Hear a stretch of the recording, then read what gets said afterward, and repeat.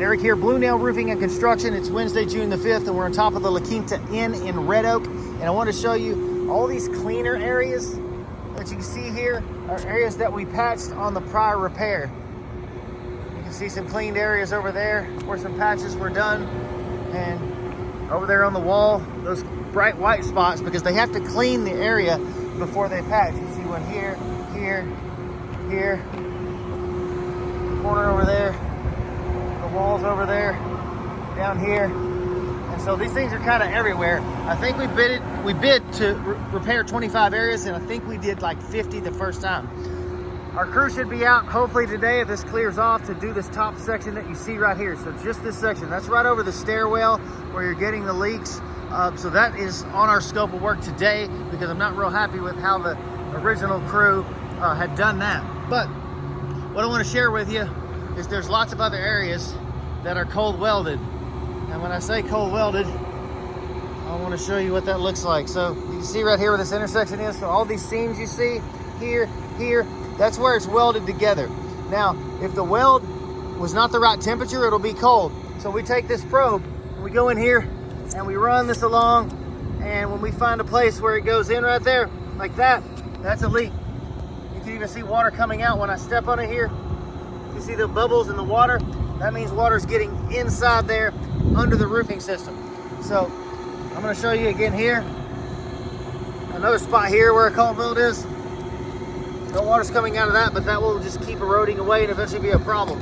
So what I'm gonna suggest is that we have the guys come cold weld check this entire roof. So take this probe, a probe like this, have 2 or 3 guys come up and check every single seam, every patch, everywhere on this roof. Because if I can find some cold welds, that typically means there's other cold welds as well. It's kind of just an installation issue, but we'd come along here and we would run all these seams.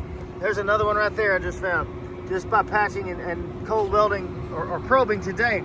So having somebody come out here, spend an entire day, basically probably a group of 3 guys, to get on top of these extension pieces, all these walls, all these seams throughout the entire roof, and try to find anything that's cold welded and then patch those for you as we are here.